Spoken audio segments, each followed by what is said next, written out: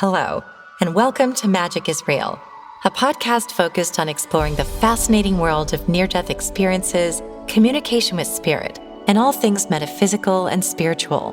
The mission of this project is to share messages of hope and inspiration with others, and to spread the word that death is only an illusion. Thank you for being here with an open heart and mind. I wish you peace, light, and love always. Hello, everyone. Magic is Real family. I'm coming to you from Arenal, Costa Rica. And it is so beautiful here, as you can see. I wanted to touch base since I have been absent from interviews, and I want you to know that there are more coming. And I also want you to know how much I appreciate you. And I also want to encourage all of you in these very stressful times, COVID, the Ukraine, people suffering. Just want to remind you to please take care of yourselves, take care of your mental health, even if you can't get to some place as beautiful as Costa Rica. Right now, just even a walk in your yard, even if it's cold out, put on your boots, get outside, look at the stars, and be present with your soul. So many people say to me, you know, my loved one passed away and they're not leaving me. Why are they not showing me signs? And they are. And I'm telling you this, because I think it's so important to shut off all the noise and sit in nature, and even if it's in your living room, and be present with your soul, get in touch with your soul, and if you like, communicate with your loved ones. I am very grateful that I'm here at this time, as I've just lost one of my best friends unexpectedly the last week.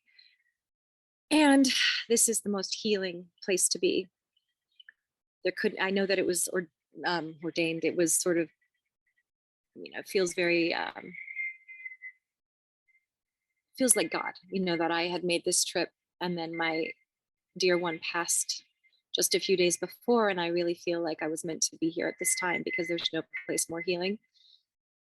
And I just wanted to share with you a little mediumship tip for communicating with your loved ones. A lot of times people are looking for this big sign, like something so strong, or to see their loved one in spirit walking down the hallway or whatever. And sometimes that happens, but sometimes it's the subtle things. And when we're still and when we're in nature specifically, we can allow all that chatter in our brain to sort of turn off so that we can hear. I have been speaking to Derek a lot since I've been here. I took him with me on vacation. We had a lot of adventures planned, and now I know he's with me. He can be anywhere he wants to be now. And I feel him. I feel his energy.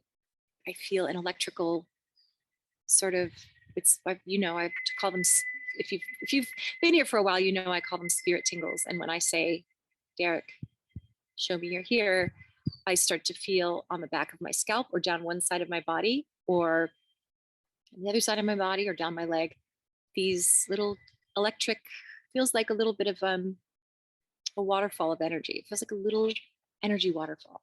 And I just wanted to remind you that the messages from spirit are often the most subtle, quiet things that we often write off as coincidence.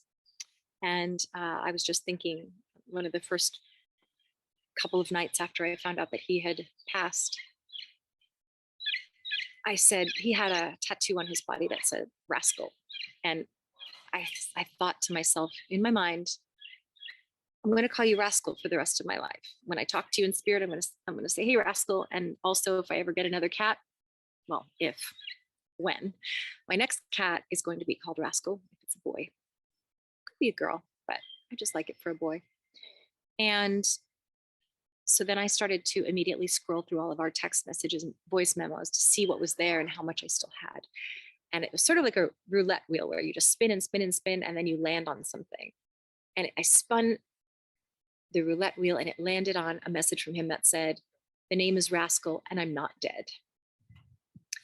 Those are the kinds of things you might write off as a coincidence. I don't. I know that that was him communicating with me and letting me know he's okay. He's on the other side, which I already knew in theory, but those are the kinds of things that we're looking for.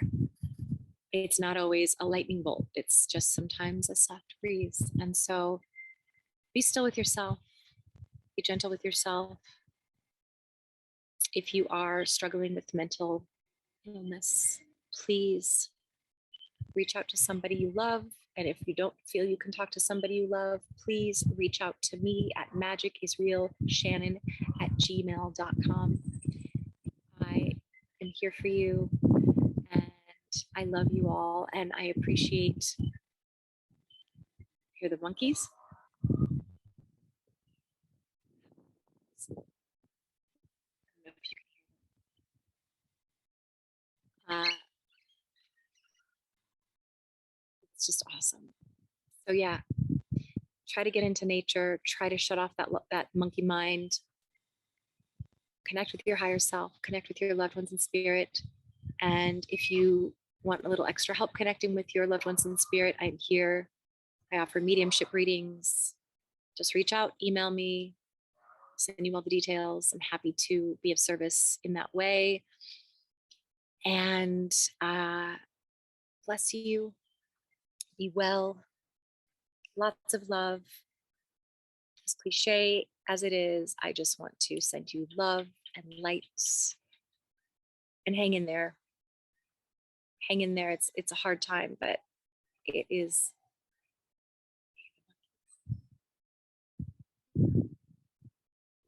Hang in there and know that really we are all the light workers of us. And I mean you. I mean all the people that are coming here with open hearts, open minds, and lots of love in their hearts.